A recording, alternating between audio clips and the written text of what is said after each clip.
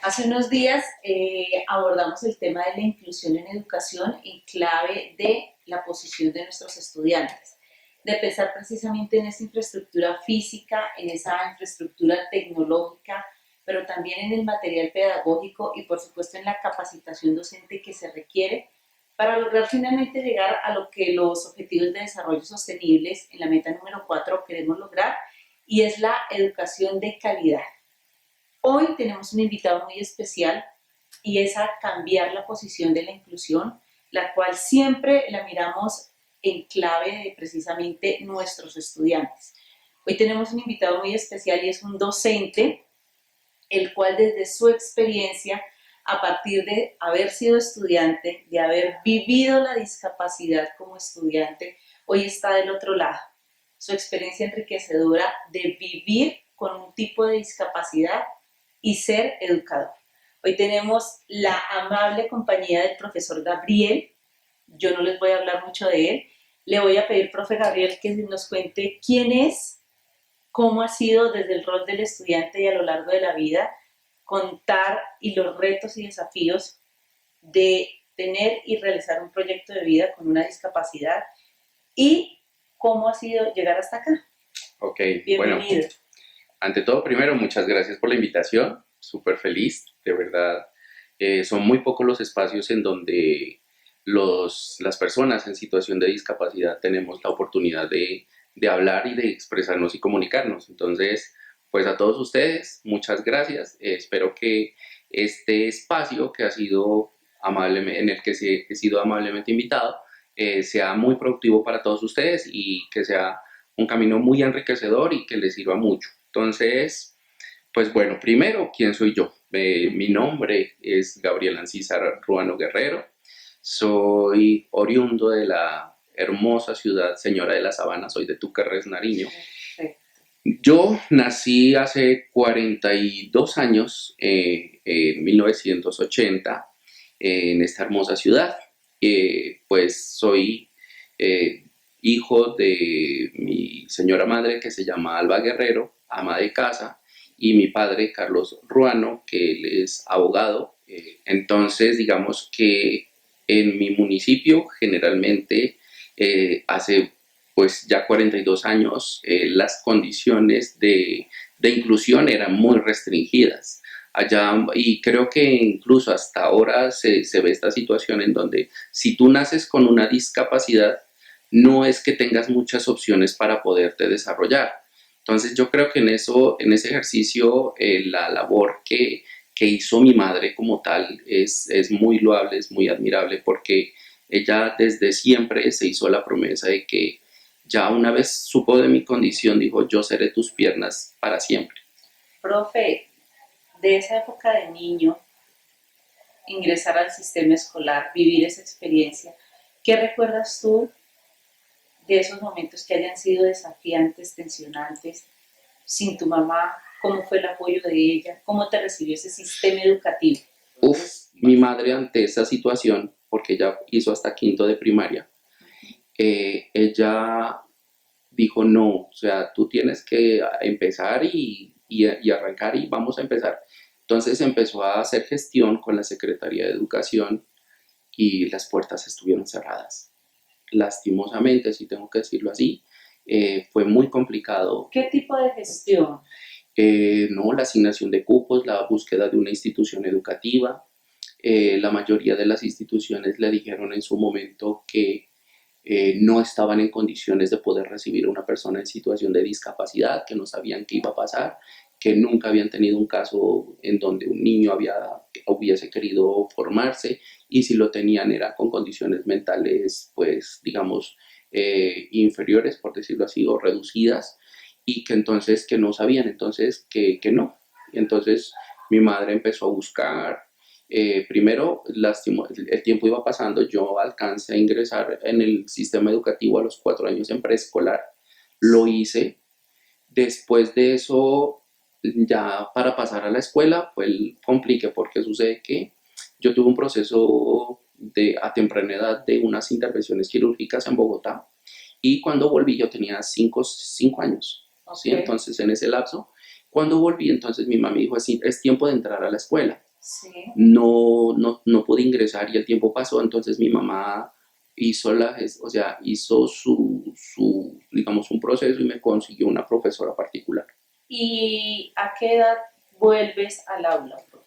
Ok, entonces a Bueno. los 7 años ingreso, pero entonces aquí viene, yo ya venía preparado académicamente y entonces un secretario de educación dijo, pues tenemos que hacerle la prueba, hagámosle las pruebas y miremos a qué grado puede ingresar. Y pues obviamente las cosas cronológicamente daban para que yo ingresara primero, no, yo estaba más avanzado, entonces entré a segundo. Y por una pregunta, lastimosamente no pasé a tercero. Pero entonces ya ese tiempo que se perdió sí se recuperó, entonces yo entré a segundo, pero entonces ahí es en donde empezó el dilema, vamos a las escuelas y las escuelas que no. Finalmente apareció De Esos Ángeles, que yo en esta vida agradezco muchísimo. En grado segundo fuimos a una institución que era en ese tiempo, pues no eran mixtas, sino que eran de varones y de mujeres. Entonces llegó una institución que adoro con todo mi corazón, ya, en donde a mí me sentaron en la rectoría. Llegó en ese tiempo, ya habían cambiado la rector, mentira, estaba un rector, y el rector dijo, pues voy a ver quién quiere. Así, fuerte. Y yo sentado, y mi mamá también ahí, los dos esperando, pues como que pues, esperemos a ver qué pasa. Entonces fueron a buscar a todos los profesores que orientaban en ese tiempo grado segundo, y me miraron y no, o sea, así súper feo. Y fue triste. ¡Qué impacto, o sea, claro, un niño! para un niño súper complicado. Entonces yo me acuerdo que miré eso, entonces yo como que, pues, pero siempre como con el optimismo. Pero cuando ya llegó el último profesor dijo, no. Cuando, ahí es en donde pasa el milagro, de la nada apareció una profesorita. Súper linda, trigueñita ella, un amor, una calidez súper linda, y cogió y me miró. Y entonces, ¿y qué pasa? Dijo. Entonces es que él está buscando cupo, yo me lo llevo. Así, de una. Entonces yo ahí cuando mi mamá súper emocionada, yo también, yo al fin voy a tener esa oportunidad de disfrutar con porque yo siempre había querido tener compañeros. Claro. Yo le decía a mi mamá, es que yo quiero jugar, yo quiero conocer gente, a mí me gusta hablar con gente. Y eso sí, habilidades comunicacionales siempre han habido. O sea, me quitaron las piernas, pero la boca no me la paran. Claro, excelente. Entonces, ya llega el momento en donde voy y entro al salón, la profesora me presenta. Ahí es en donde esa angustia que tienes en el cuerpo se siente. Y vas, entonces, boom, boom, boom, boom. Entonces la profesora me explicó, dice, tenemos un compañerito muy especial al que hay que tenerle mucho cuidado, no es que es como es una joyita y asimismo vamos a tratarla y vamos a darle las condiciones y vamos a observar que es maravilloso. ¿Y cómo fue el relacionamiento con los niños, con tus compañeros en ese momento? Hay una cosa que es fundamental. Como te digo, yo tuve habilidades comunicacionales y yo parto siempre que uno se hace un amigo desde que le despiertes un interés o una curiosidad. Tengo, pues digamos que de acuerdo a las tensiones, puedo torcer este dedo hasta acá atrás. Y entonces, pues vamos, ¿qué se hace? Que yo pues así, y en ese momento llega ese punto en donde ellos, ¿qué haces? Y yo, esto, y ay, así, y yo, sí, hola, ¿cómo te llamas? De una. Claro. Y ya, al son de la curiosidad, porque eres raro, o sea, de por sí uno es de estudiante nuevo, cuando llega el estudiante nuevo se vuelve raro en el salón, pues una persona nueva, con una discapacidad y aparte de eso, con un talento. Es decir, pues, quienes más facilitaron tu proceso de incorporación e inclusión fueron tus mismos compañeros de aula. Sí. Obviamente ahí se presenta de todo, ¿no? En ese tiempo pues no había un manejo sobre una política de discapacidad, entonces no hay cómo manejar, todo lo lanzamos a priori, pero todo bajo la premisa de que había que tener cuidado. Pero entonces obviamente tuve un par de accidentes con compañeritos por imprudencias. O sea, yo, por ejemplo, caminaba, yo pues digamos que ahorita me ves en silla de ruedas, pero generalmente yo me puedo desplazar en distancias cortas, con apoyos. Profe, cuando estabas en primaria y en bachillerato, todo el tiempo te has apoyado en silla de ruedas. Uy, ahí es un cuento. No. ¿Cómo fue movilizarte cuando tu mamá te dejaba para las clases? Uf, ¿Cómo? bueno, no, esta vuelta, la silla de ruedas me apareció a mí en grado cuarto, ¿Y antes cómo? los brazos de mi mamá. ¿Tu mamá iba contigo al Mi salón toda la mamá jornada escolar? me cargaba desde la casa hasta el colegio. Y tú la conoces y ella es de una persona de 1,50, Sí, yo la he visto. 1,50, Yo la he visto. 1,60, es chiquita. Sí. Y ella, entre su fuerza de voluntad, por eso te digo que fue mis piernas, ella en su fuerza de voluntad me cargaba. Yo vivía en una zona, ¿cómo le llaman ahora? Urbano, marginal, Ujú. que es las riberas de mi pueblo, y mi pueblo quedaba, es Loma. Mm. Entonces mi mamá tenía que cargarme de las calles destapadas hasta la parte pavimentada. En la parte pavimentada descansábamos, otra vez a los hombros y para arriba. Y Y ella yo se, soy el hijo mayor de 3 hermanos, o sea, mi mamá no podía quedarse conmigo. es decir, ella iba y te dejaba. Me dejaba en la institución, me recibía mi otra mamá, que es mi profesora. ¿Y cómo te trasladaban? ¿Te sentaban en una No, yo silla me o quedaba sentado, y como te digo, toda la y jornada? afortunadamente el salón que yo tenía era quedaba al lado de los baños. Entonces, Ok. si necesitaba ir al baño, pues simplemente me salía del salón, me llevaban. A ver, pues muchas veces me apoyaron mis mismos compañeros para ir llevarme al baño, así con los brazos. Yo caminaba un poquito, o camino pues poquito, Sí. y ellos son los que me llevaban hasta el baño, e incluso habían momentos en donde ellos me ayudaban, o sea, literalmente todo. Dices que esta situación mejoró a partir del cuarto año que Sí, ya aparece puedes. mi primera silla de ruedas mecánica. Entonces, mi mamá no podía, entonces ella me dejaba en el colegio, me recibía mi otra mamá, que es mi profesora. Ella me acompañó segundo y tercero, entonces Sí. ella se hizo totalmente responsable. Y ya en grado cuarto Otra pudiste profesora, tener un grado de autonomía en cuanto a la movilidad. no. O sea, es que sucede que me dieron una silla mecánica. La Sí. silla mecánica lo único que hace es que otra persona pueda empujarme. Autonomía no tengo. Y tú no podías por las extremidades No, inferiores. las superiores. Las superiores, Sí. perdón. No sé. Sí, o sea, tú lo que miras aquí siempre ha sido, desde pequeño Sí. hasta ahora. Sí, Ujú. entonces, afortunadamente no es degenerativa tampoco, o sea, no es que yo cada vez esté más, no. Simplemente es que esta es mi condición física y no puedo mover ni las piernas ni este brazo. Entonces, digamos que la movilidad siempre ha sido restringida, y eso hacía que pues me impedía que yo pudiera manejar una silla, porque pues si te das cuenta, mira, este brazo pues llega un poquito más acá atrás, Sí. pero este solo llega hasta ahí. Ok. Entonces no podía manejar una silla de ruedas. Lo que hacía eso es que sí me facilitaba que otra persona me pudiera mover, o sea, pudiera que no me apoyar. cargaran ni nada, sino que ya me llevaran. Pero obviamente ahí es en donde vemos, la institución educativa en donde yo estudié estaba llena de barreras arquitectónicas. La infraestructura física no Total, facilitaba. no. O sea, y aparte las condiciones de acceso de la ciudad tampoco. Entonces mi mamá, como te digo, veníamos en unas calles destapadas. Habían, pues cuando llegábamos a la calle pavimentada, ya eran como casi a 3 cuadras del colegio. Las demás eran todas destapadas, pendientes. O sea, tuvimos que aprender cómo manejar esa silla de ruedas. Mucha fortaleza. Sí, no, lo que te digo, o sea, es la parte de que tienes que educarte para construir sociedad. Y el tránsito a bachillerato y cómo finalizas bachillerato. Ah, no, bueno, ahí ya viene lo chévere, porque digamos que en la fase de aprendizaje fue la primaria. Uh-huh. O sea, ¿Y mi qué tal madre y yo, rendimiento académico, profe? ay, no quiero presumir, pero sí, claro. No, pues imagínate, las ¿Y en condiciones, comportamiento yo creo, generaba indisciplina? no. O sea, yo siempre he sido comunicativo, pero no soy de los que soy, Genera la sí, indisciplina. no soy de los que vengan, hagamos y montémosla, no. O sea, pues es que yo era consciente primero de que las profesoras me estaban ayudando. O sea, Ajá. yo no podía ser un factor detonante y lo segundo es que yo no podía perder el año.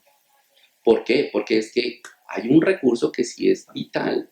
La mamá te estaba yendo todos los días al colegio. Todo el tiempo. Todo el tiempo. Claro. O sea, Además que pasaba no directo. podía decir que faltó a clase. Claro, se voló. ¿Cómo No, se voló de la exacto. clase? ¿Cómo no entró al colegio? No, exacto. ¿Y cómo fue el proceso entonces hasta llegar a bachillerato, profe? Entonces, a graduarse como bachiller? efectivamente yo sabía que la única condición que yo tengo que tener es ser buen estudiante. y tenía que sacar unos buenos puntajes porque yo no podía darle al sistema alguna razón para que diga, ah, no, él es bobito, entonces no puede entrar a bachillerato. Ok. Sí, porque en ese tiempo se trataba en esos términos. O sea, no es que tenías una discapacidad cognitiva, eras un bobito, eras un loquito, o eras un cojo, o eras un manco. Claro. O sea, ese era el lenguaje. Y claro, entonces, ¿qué pasó? Que ya cuando yo llego al bachillerato, o sea, la emoción tan grande que tiene un estudiante de quinto a sexto es única. Y Sí. sucede que lo mío era en la escuela, en ese momento no habían sedes, sino que la mía sí era una escuela y tenía convenios o negociaciones con los diferentes colegios. Claro. Entonces uno llegaba ahí al colegio que quisieras, ¿sí? Entonces es público, ¿sí? Otra ventaja. Y aparte de eso, entonces viene que allá, en ese tiempo, el San Luis Gonzaga era el mejor colegio, incluso de unos a nivel nacional. Estaba entre los 100 mejores colegios a nivel nacional. Ok. O sea, estábamos súper rankeados, o sea, el colegio allá era bravo. Entonces, a mí me gustaban los retos, entonces yo dije, yo quiero entrar ahí. Y claro, presento examen, porque ahí sí tocaba presentar examen de admisión. Sí, en un tiempo se presentaba. Pasé de segundo. Entonces llega... No había excusa para decirte que no te admitía. Y ahí otra vez vuelve y juega. Mi colegio tenía muchas gradas para ingresar. Entonces, siempre fue un reto ese. Y cero rampas. Y cero rampas. Y ascensor, pues ni pues un pueblito, hace 30 años. Entonces entro. Y ahí es en donde empieza otra experiencia, porque yo venía de un colegio de hombres, porque era urbana de varones. Y entro a un colegio mixto. El primer contacto con niñas. Claro. Sí, entro al salón, me revuelven con todos los colegios, pero afortunadamente conservo 2 compañeros con los que me gradué desde primaria hasta bachillerato y juntos. Excelente. O sea, esos. Pero entonces ahí empezamos ahí, me dicen cómo es que tengo que llegar, me ponen en un pupitre, o sea, ya no me siento en la silla de ruedas siempre, sino también en un pupitre. Buscan pupitres para que yo pueda estar sentado como más cómodo. Me ubican en la parte del frente. Profe, me tratan de buscar soluciones. Los procesos de escritura. Muy buena pregunta. Taquigrafía. ¿Cómo se abordaron desde el sistema? El aprendizaje, la evidencia de una evaluación. ¿Cómo fue ese tema en particular? Duro. La evaluación. Duro. La mayoría de pruebas de nuestro sistema educativo son escritas. Sí, entonces, ¿qué pasaba conmigo? Bueno, primero, el conocimiento ya lo tenía. Segundo, mi profesora en primaria siempre se daba cuenta que yo me atrasaba respecto a mis compañeros para copiar, porque primero era zurdo. Porque pues la condición física me hizo zurdo por mayoría de votos, o sea, yo ya nací zurdo. Entonces arranqué a escribir. Segundo era pues que es zurdo y es, por favor, profesores, eso sí, un regalo que les hago, es no nos discriminen por el hecho de que nosotros escribimos con mano izquierda y obviamente como escribimos con mano izquierda, esta parte pues es la que se arrastra en el cuaderno y termina manchando lo que nosotros escribimos porque nuestro sistema es de izquierda a derecha. Entonces a mí, claro, yo empezaba a escribir y aparte de que escribía lento, iba marcando y se iba manchando. Pero pues obviamente después uno mejora técnica y ya por lo menos subía la mano y no me manchaba, pero sí me atrasaba. Entonces llegaban mis profesores y me ayudaban. Unos. Los otros, defiéndase como hágale papito, usted entró en este sistema, usted verá cómo sale. ¿Sí? Pero entonces, por ejemplo, una barrera que siempre tuve fue con la área de educación física. Nunca tuve una clase de educación física que fuera para mí. Que me sintiera parte de la clase, exacto. A mí, por ejemplo, me decían en educación física, haga un trabajo escrito. Sobre voleibol, sobre fútbol, sobre reglas. Y si no era trabajo escrito, estoy ahí sentado y yo le pongo 5. Me gustaba mucho la física, me gustó la matemática, siempre me gustó la matemática, ámola. Y creo que eso también es importante. Y la lengua castellana. Curiosamente, sin querer queriendo, me integré con las materias que son súper fundamentales para mí, para mi área, para mi carrera, para toda mi vida. Para las oportunidades que se te podían brindar. Y tuve profesores que fueron maravillosos. O sea, yo, por ejemplo, primero mis profesores de escuela les tengo un cariño porque ellos fueron los que me mostraron el mundo del conocimiento. Segundo, mis profesores de bachillerato, muchos de, por ejemplo, yo nunca voy a parar de agradecerle a mi profesora de matemáticas, que fue la profesora María Inés Vaca. Ella es increíble con su metodología y no era solo conmigo, sino con todos mis compañeros. Entonces esa profesora nos enseñó a hacer, pero entonces tuve procesos en donde había un profesor en séptimo, no voy a decir el nombre, que era súper paila, o sea, muy lesivo, o sea, no tenía metodología, no tenía didáctica, no tenía estrategia. Yo no sé cómo pasé séptimo, pero ese señor me hizo coger ese terror feo por la matemática. Y en octavo, noveno volvió a retomar esa profesora y bendito sea Dios, porque si no, yo no hubiera estudiado lo que estudié si no hubiera sido por él. ¿Y te graduaste? Y me gradué. ¿Con honores? Sí. ¿Con ceremonia y todo? Sí. ¿Y pasaste a recibir? No, y aquí es una experiencia un poco difícil, porque aquí viene una anécdota que me marcó mucho en el sistema. ¿Cuál fue? Porque yo entré estudiando en grado sexto, nunca perdí una materia, nunca perdí años. Uh-huh. Por lo que yo te decía, por lo de la excelencia, nunca bajé de los 10 primeros puestos. Sí. Yo siempre estaba, y en Nariño, o sea, el rector, digamos que la Universidad Nacional siempre daba la oportunidad de unas becas o de presentarse a una prueba a los estudiantes que primero no hayan perdido años y segundo que hayan tenido un excelente rendimiento académico. Uh-huh. Y yo cumplía con eso. Sí. Y el día de la mención, mi rector no me llamó. ¿Y por qué? No lo sé, hasta ahora es el día en que me pregunto eso, porque incluso las mismas administrativas del colegio, porque mi mamá preguntó, oye, y él le fue a preguntar pues a un funcionario, le digo, ¿qué pasó? Entonces, ¿cómo así? ¿El rector no lo llamó? No, Gabriel estaba en esa lista, pero a mí no me llamó. Tanto, yo me acuerdo tanto la cara de asombro de mis compañeros, porque nombraron a todos los que éramos los juiciositos. Y todos estaban esperando y cuando no me llamaron y todos me quedaron vivos. Y uno como no pelea. Uno de estudiante siente que no, balas de perder. Fue el nivel de desconcierto, ¿no? Claro. Entonces, digo yo. Pues eso pasó. Y bueno, esa es como la triste, se me quitó esa oportunidad de ingresar o quién sabe, en este momento no estaría aquí hablando contigo si eso no hubiera pasado. Claro. ¿Sí me entiendes? Entonces, sí. Y desde ese tiempo pasaba algo curioso, que a mí yo siempre buscaba oportunidades. Y entonces, en ese proceso de formación de sexto a 11, me di cuenta que yo podía explicar, enseñar. Excelente. Profe, entonces, en la ceremonia de grado realmente de bachiller fue una ceremonia muy agridulce. Sí, porque bueno, y también ahí aparece lo que yo te digo. O sea, generalmente el sistema está diseñado para que las personas que estén 100% funcionales puedan estar en la ceremonia, y mi ceremonia se hizo en un polideportivo con gradas y los estudiantes fueron ubicados en la parte de arriba de las gradas. ¿Y tú? Abajo.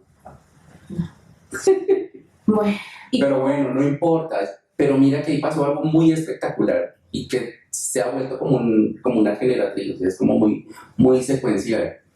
Al ver que una persona en situación de discapacidad tiene un logro grande, pues yo no sé si eso mueve muchas fibras y hay una reacción inmediata. Entonces, en el momento en que se me entrega el diploma, el momento en que dicen mi nombre, la maestra de ceremonias, dice, bueno, Gabriel Ancisa Ruano Guerrero, y eso, ese colegio estalló. ¡Fuas! ¡Qué bonito! Ya hay uno como, ¡wow! Y pues obviamente sale conmigo mi madre a recibir ese título. Y adivine quién me entregó el título. Su profesora la de segundo no, porque ya no estaba. El mismo que le negó ay, no, pues ahí. Y queda uno como sorprendido, no, pues yo en ese rato, bueno, pues ya, un abrazo. Ese es mi título. Ya es mi título, ya lo coroné, ya. Entonces, bien, después de las 12 del día, aparecía programación educativa. Sí. Exacto. Entonces, sucede que mi niñera fue esa televisión. Entonces yo miraba programas de francés, miraba tanto un programa de manualidades, miraba un programa de Japón, de hacer manualidades y jugueticos y todo eso. Y ellos todos siempre hablaban con un acento neutro. Entonces yo empecé a vocalizar y a hablar y escuchaba a mi alrededor y escuchaba a él. ¿Qué le pasa pues? Y yo escucho, exacto, el de mi tierra, pero yo empecé a diferenciar por qué este acento y por qué este de acá. Y yo empecé poco a poco a leer, a mirar esa televisión, y esos medios a mí me influenciaron bastante. O sea, yo recibía mucha información visual. Pero información sí, productiva, información sí, claro, que contribuyó a tu formación y al conocimiento. Y desde allí también desarrollé mucho, porque en ese tiempo había un programa que se llamaba Cosmos. Ok. Que era de ciencia y de astronomía, y aparecía Carl Sagan. Yo era feliz con esas cosas. O sea, a mí el conocimiento siempre me llamó. Y bueno, bachiller. Ya. Un pastuso con acento neutro. Neutro desde allá, señora. ¿Cómo fue esa transición entonces ahora a la educación superior? Okay. Porque para estar acá hay que llegar a ser profesional. Sí, claro que sí. Y yo quería ser médico, a toda costa. Ajá. Y aparte de eso, hay un patrón en las personas que tenemos discapacidad. Es que los que tenemos la forma de estudiar, siempre queremos estudiar o tener carreras que estén relacionadas con el ámbito de la medicina, tratando de explicar un poco lo que nos sucede. Entonces aquí vienen las limitaciones del medio. Sucede que mi padre, pues en su forma de pensar, dijo: Gabriel, si aquí en el pueblo no hay una carrera que sea, no hay medicina, tú no podrás estudiar medicina. Y haga de cuenta, pues en un pueblo no hay medicina. No. Entonces, pues, entonces ahí es en donde uno empieza a pensar en opciones. Como te dije, nunca hay que detenerse, jamás, uno siempre tiene que tener planes. Yo pensé en ese momento en otra carrera, que en este momento son muy revolucionarios en el mundo, y era ingeniería de sistemas. Ya tenía conocimiento, yo era bueno con matemáticas. Un profe, pero de formación de base profesional. El profesor Gabriel es ingeniero de sistemas. ¿De qué universidad, profe? De la Universidad de Nariño, de la universidad pública. Bueno. Colegio público, universidad pública. Y en el colegio no repitió ni perdió años. Nunca. Y en la universidad. Hay que hacer una confesión. Hay que ser honesto. Repetí una materia. Ajá. No, mentira, dos materias. Pero no perdí semestres. No. O sea, la vuelta era, yo no puedo perder tiempo. ¿Y cómo fue el proceso nuevamente? Porque es arrancar de cero. Exacto. De inclusión. Sí. Tal vez en la primaria y en el bachillerato hubo un trato más considerado, pero es que la universidad es un mundo de defiéndase con lo que tiene y como pueda. ¿Cómo fue? Mira que es curioso. Ahí, ahorita que me pones a pensar en eso, cuando yo ingresé en la sede de mi tierra, en Túquerres, la extensión hubo una extensión, o hay afortunadamente, una extensión de la Universidad de Nariño. Entonces, sucede que entonces allá se abrió el programa de ingeniería. Yo me voy para allá. Y ingreso, y otra vez, puntaje alto, allá adentro, de una.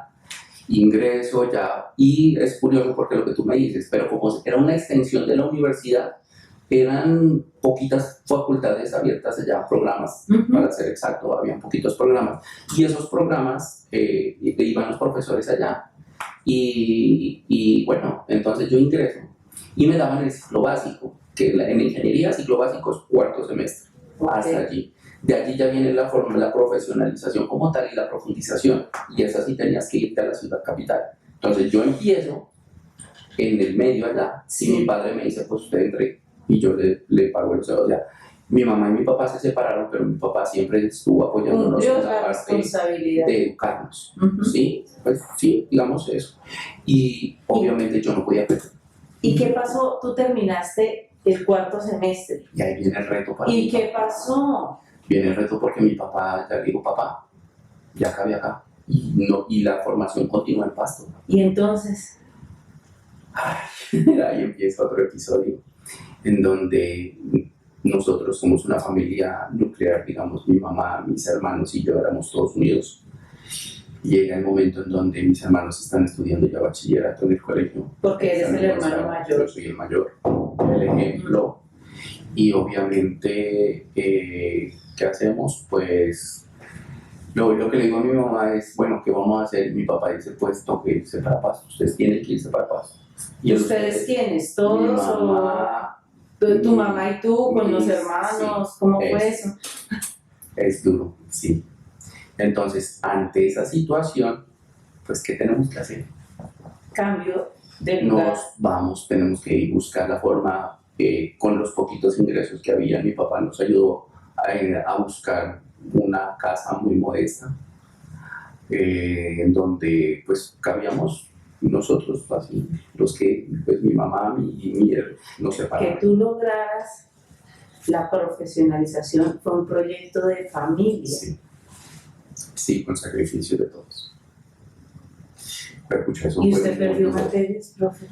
2. No, mentira, esto Manuel.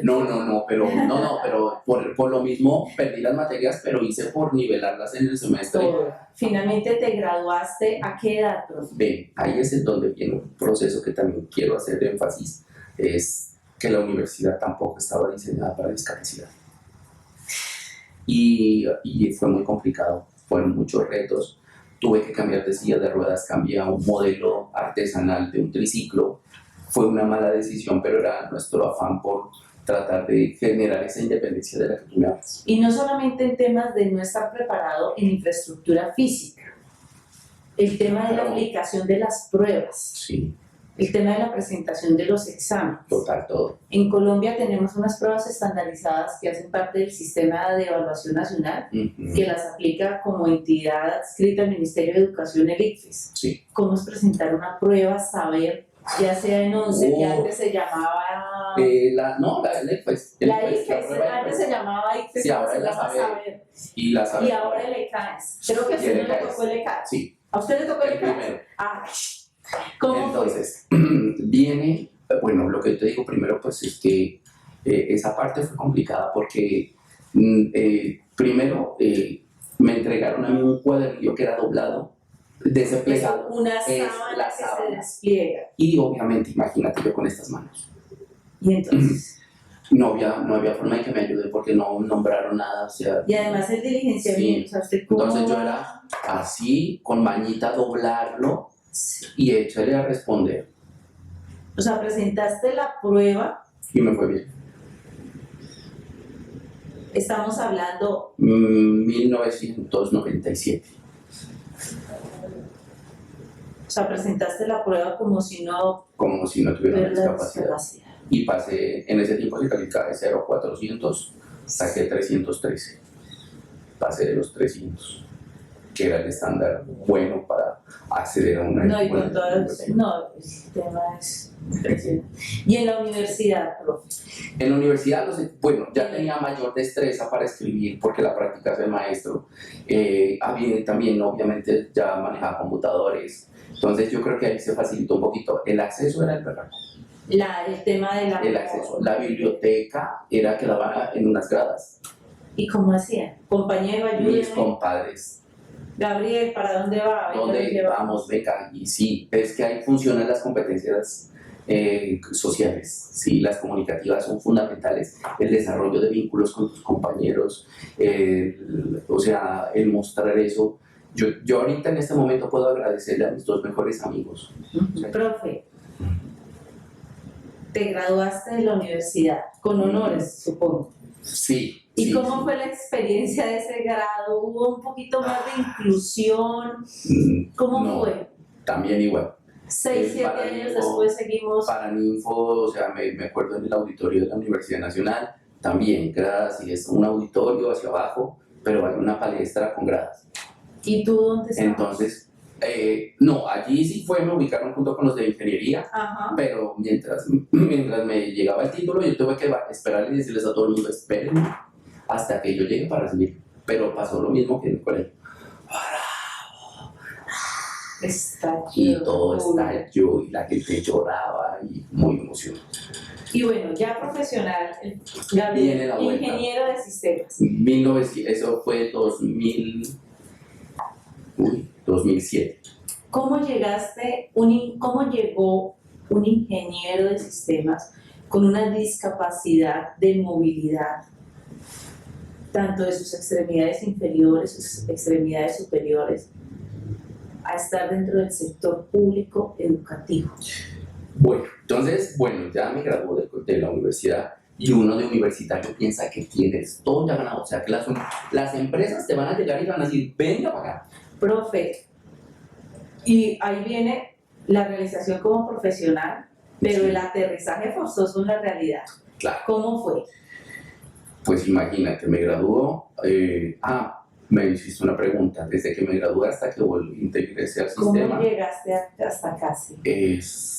Fue duro, porque yo esperaba que apenas saliera a encontrar trabajo y no fue así. Más cuando te miran, los empleadores te miran y te dicen, discapacidad, chao. No puedes. Esa es la premisa de ellos. Y uno, no, yo sí puedo, pero pruébame. Déjeme hacerlo, no, tú no puedes. Entonces, muchas. Y mi madre empieza, mi hijo, se graduó para qué. Nos esforzamos tanto para nada, ¿cierto? Y empieza, es muy súper agobiada de la verdad. Y entonces, yo nada. Entonces, pero lo que yo te decía, yo desde siempre había tenido habilidades. Y en mi colegio, desde octavo hasta 11, yo daba clases particulares. Explicaba física, inglés, química, matemáticas. Y me entendía. Sí, la clave es esa, la clave es no tener el conocimiento, sino la capacidad de transmitirlo y que los comprendan. La gente te tira muy feo a la álgebra de Baldor, yo la amo. Yo me la resolví 2 veces. Encontré fallas, sí. Uy, no, profe, también. Yo encontré fallas. Okay. Y las compartía con mi mejor amigo, Mario Rojas, y decíamos, mira, aquí está mal. Sí, ok, los dos sí.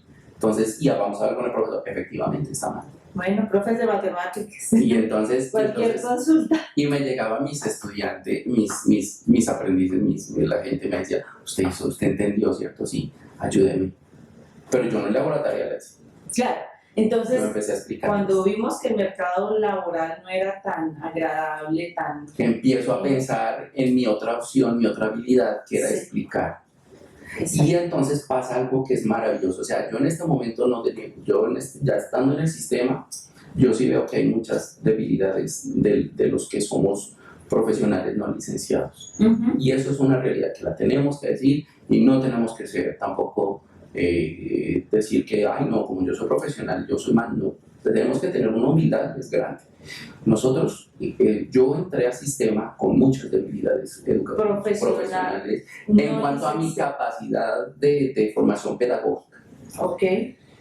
Entonces yo ingreso, en ese tiempo era el concurso del 2009. Afortunadamente en ese concurso no se presentaron tantos requisitos, entonces yo me había presentado para Nariño. Pero usted presentó la prueba igual. Sí, que todos. En condición también de desventaja como presentó el ICFES, como presentó todo. El ECAS. Sí. Okay. Y voy y presento, ingreso. En ese momento, ¿qué me sucede? Que me encuentro con que vuelvo y me presento en una área que es tecnología informática, pero mis profesores de universidad eran los que estaban concursando también. Se volvieron a encontrar. Claro, entonces cuando yo miro el listado y me encuentro que mi profesor de Java, el lenguaje de programación, estaba allí y pasó de tercero y eran solo 3 plazas. ¿Y usted en qué puesto quedó? 10. No quedó por plaza. Pero entonces aparece una figura en ese momento. Quedaste en lista de espera. Y sí. Y entonces. Por 2 años. 2 años en lista de espera. Sí. ¿Y de qué vivió esos 2 años? De rebusque. Yo transcribía textos, daba clases, prestaba asesorías. ¿Pero cómo transcribe textos con la limitación? Mira que el que quiere puede y no busca excusa. Profe, una pregunta que puede parecer atrevida desde el infinito desconocimiento. En este momento, ¿usted en un teclado se defiende perfectamente en un computador? Mis estudiantes tendrán que decirlo, sí.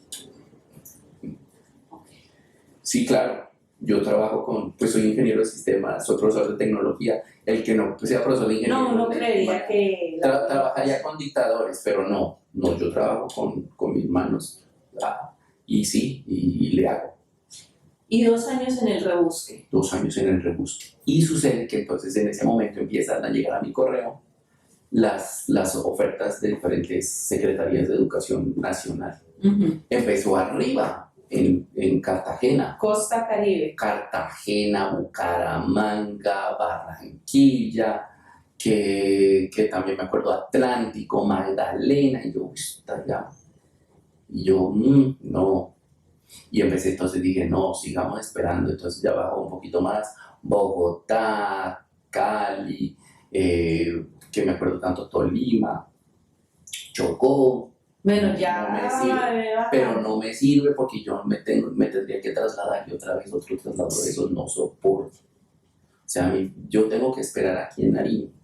Claro. Y llega el momento en donde aparece Huila en ese momento con 724 plazas disponibles para docentes. ¿Y entonces? Ahí es en donde uno se pregunta, no, pues, Huila, yo sabía de geografía y yo dije, Huila y Nariño están cerca. Sí. Condiciones geográficas de territorio y de viaje ni las tenía presentes. No, la topografía de este país da para todo. Sí, entonces como puedes trasladarte kilómetros en poquito tiempo, puedes trasladarte kilómetros en un curvo de tiempo y por en unas condiciones. Sí, del viaje de Nariño a Huila es bastante difícil por las condiciones de las carreteras. Y sin embargo, no, asumiste, dijiste... Pues yo dije, arriesguémonos, el que no arriesga un huevo no saca un pollo. ¿Y entonces? Postulémonos para Huila. Y pasé de primero. Y me dijeron, profesor Gabriel, tiene que venir a hacer selección de plaza en tanto tiempo, y eso era en cuestión de días, como en 3-4 días. Ah, claro, porque o sea, para los que no saben, cuando se obtienen los primeros puntajes, los puntajes más altos, tienen la opción de seleccionar plaza de esa institución educativa en la que quieren laborar. Sí. Acá en Huila tuviste esa oportunidad. Sí. Y elegiste. Ahí viene también anécdota porque viene y sucede que yo no sabía yo ni sabía que eran entidades certificadas. Sí, entonces afortunadamente en el Huila hay 3 entidades certificadas en educación. Neiva, Pitalito y el Huila, departamentos. Son 3. Son 3. Y yo decía, soy nariñense, vengo de una nevera al Huila que de la mitad para arriba eso es caliente, o sea, a uno le da durísimo. Ajá. Entonces yo hice por buscar plazas de clima frío y solo me encontré 3 lugares opcionales. ¿Qué fueron? Tenían que tener unas condiciones, tenían que ser centros urbanos. Claro. Yo no puedo meterme. No, docente rural no podías. Y de zona de difícil acceso, imagínate. No llegaba a la clase. Y de esas 3 opciones, bajo esa condición. Empecé y tenía 3. ¿Cuáles? San Agustín. Ok. Isnos. Y Pitalito. Que eran duras penas y que la que cumplía con esa, que era urbana y que tenía condiciones era Pitalito. Y en Pitalito solamente había una plaza urbana. Y tenías derecho a elegir. Entonces esa era tuya. Esa era mía. Y entonces, una pregunta. Cuando uno elige plaza, uno va a una audiencia. Sí, la misma situación. ¿Qué pasó en esa audiencia? Pues, cuando dije, profesor Gabriel Ruano, sí, soy yo. Y se encuentran en esta situación. El primero que también, en auditorio. Sí. Y en el auditorio, obviamente es muy difícil, estábamos en Neiva con mi madre, los 2 nariñenses de frío. Y en Neiva. Ese calor tan hermoso, mi mami y yo estábamos muriéndonos, nos sentamos arriba. Derretidos. Y nos sentamos arriba del auditorio. Sí. En el momento en que dicen Gabriel Ancisa Ruano Guerrero, yo pues empiezo a bajar y me llamaron 2 veces y como que llaman 3 veces y cancelan, dicen no está No está. Entonces yo a la segunda, tranquilos, aquí estoy. El grito. Denme un momento mientras yo llego. Entonces ahí ya se dieron cuenta. Y en ese momento me acuerdo que el secretario de Educación de Pitalito llegó un poquito tarde y publicó al final la de Pitalito. Y todo el mundo dejó de ver las plazas de las diferentes regiones y a centrarse en Pitalito. Y en Pitalito había una sola urbana que era la de la normal superior. No. Y yo cuando cojo Gabriel Ancisa Ruano Guerrero, normal superior de Pitalito, se sintió, ahí en lugar de aplausos, se sintió a todos como que, Y entonces llegó allá, el secretario pues me dijo en un tono raro, misterioso, yo en este momento se lo confieso, si llega a ver esto, yo me sentí intimidado porque él dijo, en Vitalito hablamos.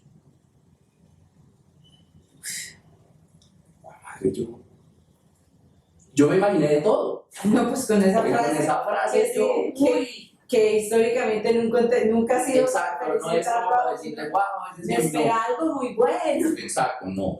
Yo así, mi madre y yo nos quedamos mirando. Imagínate, él no lo pudo haber dicho con esa intención, pero Así se sintió así en se ese sintió. momento. Y llegaste a Vitalito Llegó a Vitalito con tu mamá, con mi madre. con tus Los piernas. dositos con mis piernitas, mi madrecita, una tulita con cositas poquitas, a ubicarnos acá, a entender cómo es esta realidad, a conocer la plaza, La región, la región, la todo, cultura. todo. O sea, éramos nuevos. ¿Hace cuánto estás acá en Vitalito? Enamorado de Vitalito prácticamente, 10, 11 años. 11 años.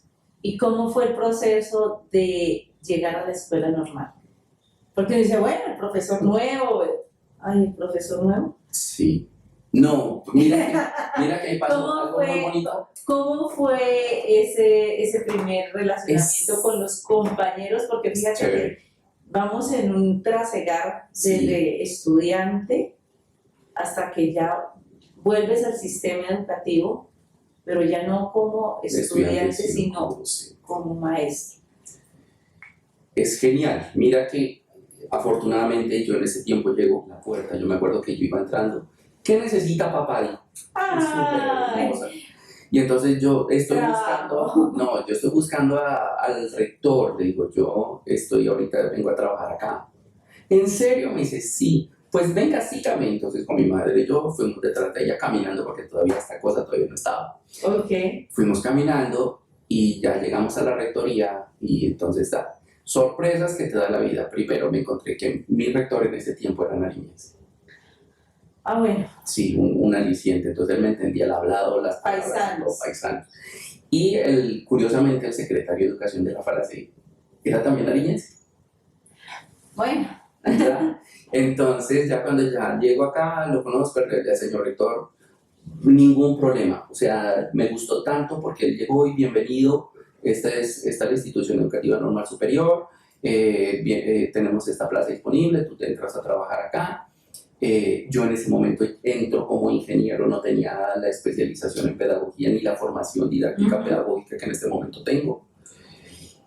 Y entra y me dice, esta es tu carrera, entonces esta es tu plaza. En este momento ya hay exigencias respecto a ingresar, tienes que tener conocimiento, tienes que tener tu formación para poder ingresar. El perfil y ha tienes cambiado. que cumplir que se quiera ser docente. Nosotros, muchos de los que hemos presentado esta prueba, ingresamos por la necesidad. Y eso te lo digo así. Pero en este momento yo digo, no me arrepiento. O sea, soy tan feliz haciendo esto porque me ha permitido conocer muchas cosas. Ya cuando llego acá, conozco a mis compañeros y empiezo a trabajar en una institución. Luego de aterrizar como docente en el sistema público de educación en Vitalito, recibido con mucho amor, Bastante. con mucha comprensión, con mucha empatía. Total. Y enamorado de Vitalito hace más de 10 años. Sí, claro. No, o sea, te cuento, o sea, la situación es muy particular porque primero me encuentro con un equipo de trabajo súper chévere. Yo tengo unos compañeros de trabajo que son muy especiales. O sea, yo creo que todos, o sea, tenemos una calidad de educadores que son dignos de esta institución. Porque hay que entender, o sea, bueno, primero hay que entender otra cosa, que dentro del mundo de las cosas locas que me pasaron a mí en mi vida, llegué a una institución educativa que forma docentes. Que es la esencia de las escuelas normales. Exacto, o sea, es muy diferente a un colegio académico. Y yo no entendía eso. Ah, sí, porque el tema con las escuelas normales superiores es que son un punto de inflexión en procesos de formación de maestros en Colombia. Ellas tienen historia propia y la sociedad les debe mucho. Y su funcionamiento interno y los perfiles son diferentes. Totalmente. Entonces, mira que cuando me encuentro con esa realidad, cuando me encuentro con esa situación, pues mi coordinadora, ¿no? Y ella me guió en este camino, me dijo esto es así, así, así. Y empiezo a trabajar, me encuentro con un área que tenía debilidades, por decirlo así, y yo siempre es que digo, el área de tecnología generalmente en las instituciones educativas siempre tiene ese perfil bajo. Sí. De, ay, sí, es como dan tecnología y es, vamos a aprender las computadoras. Sí. Y ya. Y hablamos Word y escribamos. Eso, y escribamos y se acabó. No, yo dije jamás. Yo tengo algo claro y dije, primero estoy enseñándole a profesores que van a los futuros profesores. Ya, eso yo no sé cómo lo integré a mi sistema, pero yo lo tengo claro. Segundo, que estoy en una institución que tiene mucho renombre en la región. O sea, es como que la vida te va llevando a donde tienes que estar. Y llego acá y empiezo a trabajar con mis compañeros, empiezo a conocer los procesos, a relacionarme mucho con la terminología didáctica, con la misma metodología administrativa, con la legislación, con el modelo educativo, empiezo a saber lo que es un PEI, un POA, empiezo a relacionarme mucho con los DBA. Entonces, los que no, o sea, los que no tienen formación pedagógica se van a encontrar con todas esas siglas y créanme, en este momento no las van a entender. Pero ya acá adentro es un cuento bastante chévere. Profe, usted ha contado con ángeles en los diferentes momentos de la vida. Ángeles que han sido claves para que hoy esté acá. Sí. Pero esos ángeles no ha sido propiamente el sistema. No. ¿Qué podríamos decir del sistema en atención a un llamado urgente y necesario para que lo que usted, esas adversidades que usted vivió y que muy seguramente todavía se encuentra, una persona con discapacidad de movilidad que quiere estudiar y no lo puede hacer? Su familia estuvo en jaque para que usted pudiera terminar su carrera y tuvo que trasladarse. Precisamente porque el sistema, la sociedad no ofrece. ¿Qué le pediríamos en particular a ese sistema educativo desde el rol de estudiante, que es rechazado por unos profesores que dicen no, lo acepto, desde un directivo que le negó la oportunidad ganada por sus méritos académicos para estar en una mención de honor? Y esa infraestructura y esos planes académicos y esas pruebas estandarizadas, ¿qué decir frente a eso? Primero, mayor tolerancia.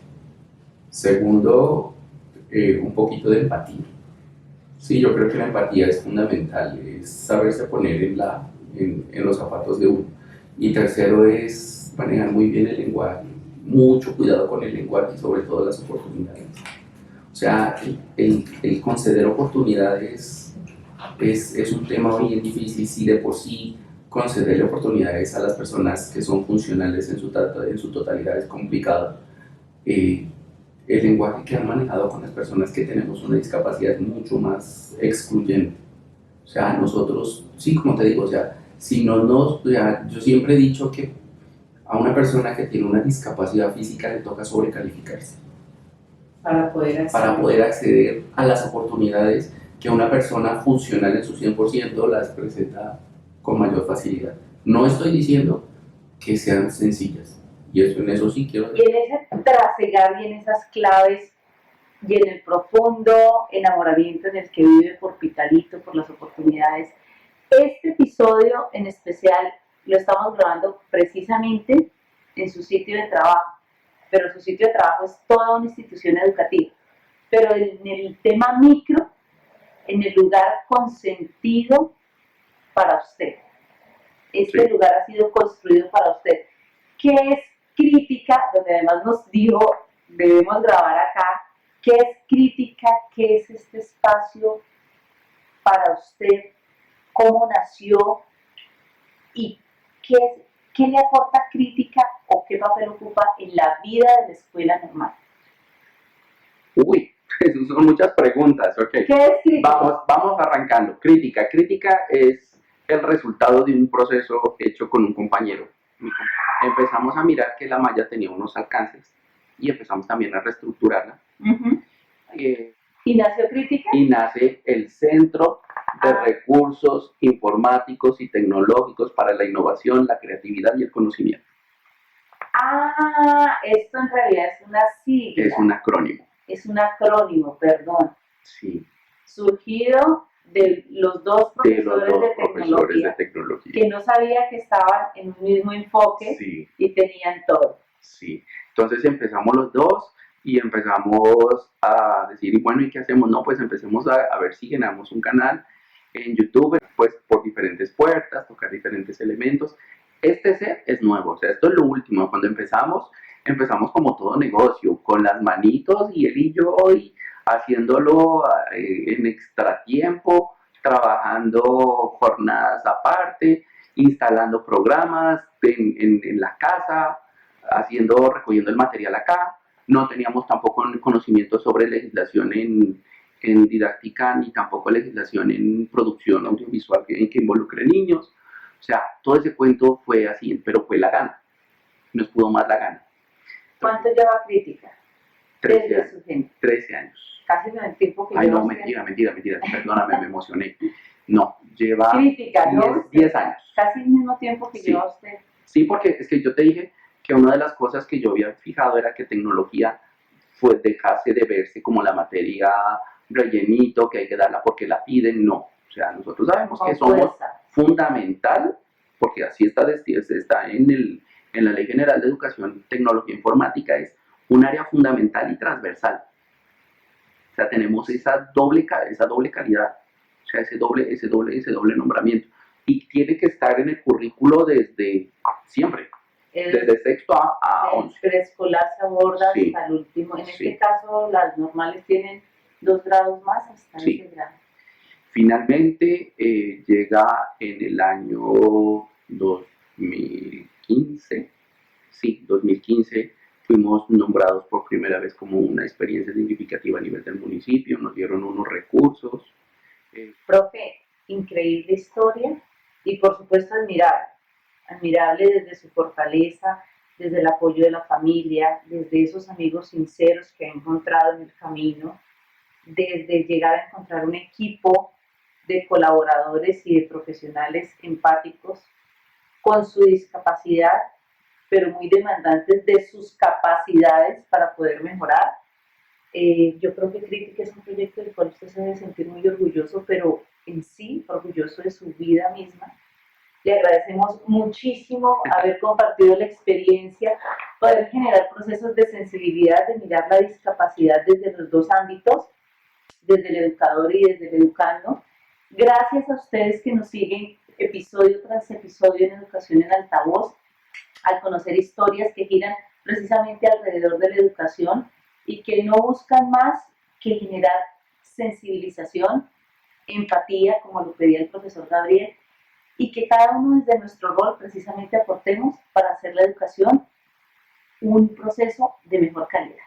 Y recordemos que la educación no cambia el mundo, pero sí cambia a las personas que van a cambiar el mundo. Muchas gracias.